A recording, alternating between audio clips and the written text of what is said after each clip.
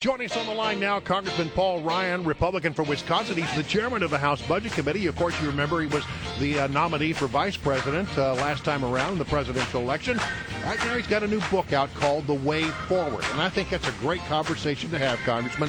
As you look at the lay of the land right now, what is the way forward for Republicans as we approach the midterm elections? Well, I think it's important that we offer the country a choice of a different future than the path we are on. Show the country that we have real solutions to the country's pressing problems, how we get people out of poverty, how we have stronger, faster economic growth, how we balance the budget, pay off the debt, how we fix intractable problems like immigration. That, to me, is what we need to offer. That's why I wrote this book, because if you don't like the direction the country is headed, which I and many other people don't, then I think as leaders we owe people an alternative. And that's what we're trying to do. That's what I'm doing here with this book. And I think it's important to note that if you reapply these critical founding principles to the problems of the day, you can come up with realistic solutions that can really get people from where they are to where they want to be, reignite the American idea, and get America back on top so that we can make sure that this century is yet our best century, not the past century. Well, this is a great opportunity then, Congressman Ryan, to get specific, because here it is, 5 weeks from this morning, we will know if the Republicans have won a majority in the Senate. Let's just, for the sake of argument, assume that. You're currently the chairman of the Budget Committee. A lot of people in town are saying you're going to be the chairman of the Ways and Means Committee. You're going to have something to say about the bills that come out of the House that sit there on Leader McConnell's desk. Right now, they're collecting dust on Leader Reid's desk. About 381 to be specific. So let's be specific for the voters who are making this choice about the direction of the country. What will come out of the House and come out of the Senate with your Republican partners there that will then make its way to the White House for the president to veto or to sign? Energy legislation, opening up our energy. It's enormous, the potential we have. Things like the Keystone Pipeline, a budget agreement to get our debt under control. We have things like a highway trust fund going bankrupt that will have to be attended to. Those bills. Basically, legislation focused on economic growth, getting our budget under control, and we're also worried about the future of our military. So we're going to have a conversation with the president where we try and make sure that we don't devastate the military, which is what he is proposing to do, in my opinion, with his budget. At the end of the day, there are things that we are not going to agree with the president on, but at least we should show people what and how we would do things differently. And then hopefully there are a few things we can do and get done in this divided government, which right now, with Harry Reid saying no to everything, just puts us at a huge impasse. All right, so you're talking about a lot of budget issues. You're a money guy, a numbers guy. You know how to crunch those budgets and understand them in a way that most mere mortals cannot. But it seems that of late, the real concerns have been more in the national security arena. Yeah, and this is an area where, look, many people like myself think the president has had a terrible Iraq and Syria policy, but he's making it better. So we want to support him in prosecuting the war against ISIS.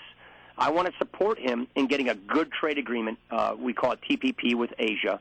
There are things that I think we can do together, and that is taking the fight to ISIS, making sure that we see this through, rebuilding our military, opening up trade so that we can have more jobs and faster economic growth. Those are things that on the foreign policy front that I think are going to be dealt with right away, early next year. And there, I believe, hopefully is an area where we can get some bipartisan support. Congressman Ryan, you talk about re-energizing the military, and, you know, a lot of people listening right now have a vested interest either as active members of the military or work with many contractors who work with the military. So that rings home to them. But it sounds to me like that means you're going to come up with a solution along with your colleagues to do away with the sequestration cuts that we're under right now. But something's got to give. How are you going to close the gap? Sure. The House budget, we passed it 4 years in a row. The budget that I wrote and we passed through the House replaced the sequester with entitlement reforms. It cut $5.1 trillion in spending. Go to budget.house.gov if you want to see the details. Cut $5.1 trillion in spending to balance the budget, pay off the debt, and deal with the drivers of our debt, which, by the way, is not Pentagon. It's not the defense. It's not discretionary spending. And so I am one of those people who believe that the president has a reckless defense budget. I think it's going to make us much less safe. But I also think it's important that we show the country, even if we can't with this president, really fix the problem. I actually balance the budget and fix entitlements. Our guest is Congressman Paul Ryan. His book is The Way Forward, and you just gave us your vision from the perspective of the chairman of the House Budget Committee and your budget that you just described. From the perspective of Ways and Means, which is all about taxes and tax reform, what's your vision there? Lower tax rates, faster economic growth. I believe that tax reform is critical to the future of our economy. It's critical to the competitiveness of our businesses, all businesses, big and small. We've got to get our rates down. The swing of inversions that we're seeing these days is really largely a function of the fact that we have a horrible, uncompetitive tax code.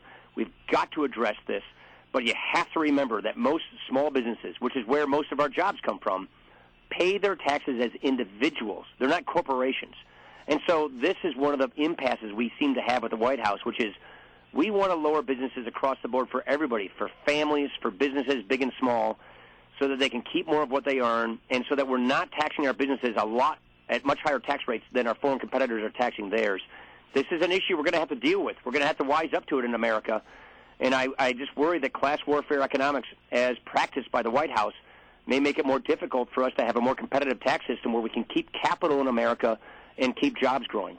Okay, now you're a smart guy, a thoughtful guy. You've written an interesting book here, and you've been on the national stage once before.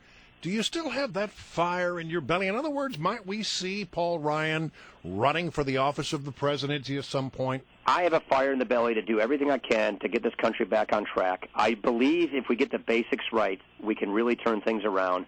What exactly role that will entail for me is something I'm going to figure out in 2015. Right now, we've got issues in front of us. I want to win the Senate. I want to improve our majority in the House. I want my governor to get reelected. I want to fix the problems that are right in front of us. Then my wife and I will do what you need to do to make that kind of a decision later in 2015. But as far as I'm concerned, I really think we can break out and make this a great century for our country, for our kids and our grandkids. We can do a better job of getting growth and getting people out of poverty if we get the basics right. I want to be a part of that solution. And what role I play in doing that, I'll figure it out later. Well, hold on. What about your former running mate? I mean, what do you think? Is he in or out? Because a lot of people have looked at him and said, well, he's making all the right moves. We're not really sure whether he's in or whether he's out or whether he's just being coy. Do you have a thought about that? He's not being coy. I know him extremely well. I talk to him all the time. He's not being coy.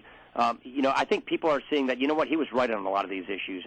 And we wish, that he would have won and done the things that he said he would have done. It would have been a much different outcome.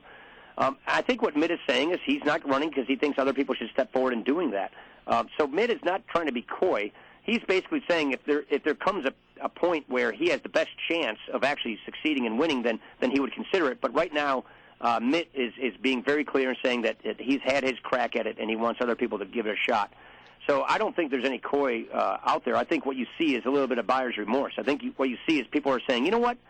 When he said that we should do these things in domestic spending and domestic politics, and when he predicted these problems with respect to Iraq and Russia, he was right. And I think there's a lot of people who are seeing that these days. Congressman Ryan, thank you so much for joining us. We know you got a busy book tour, but WMAL wouldn't be complete without your voice this morning. Absolutely. Thanks for having me.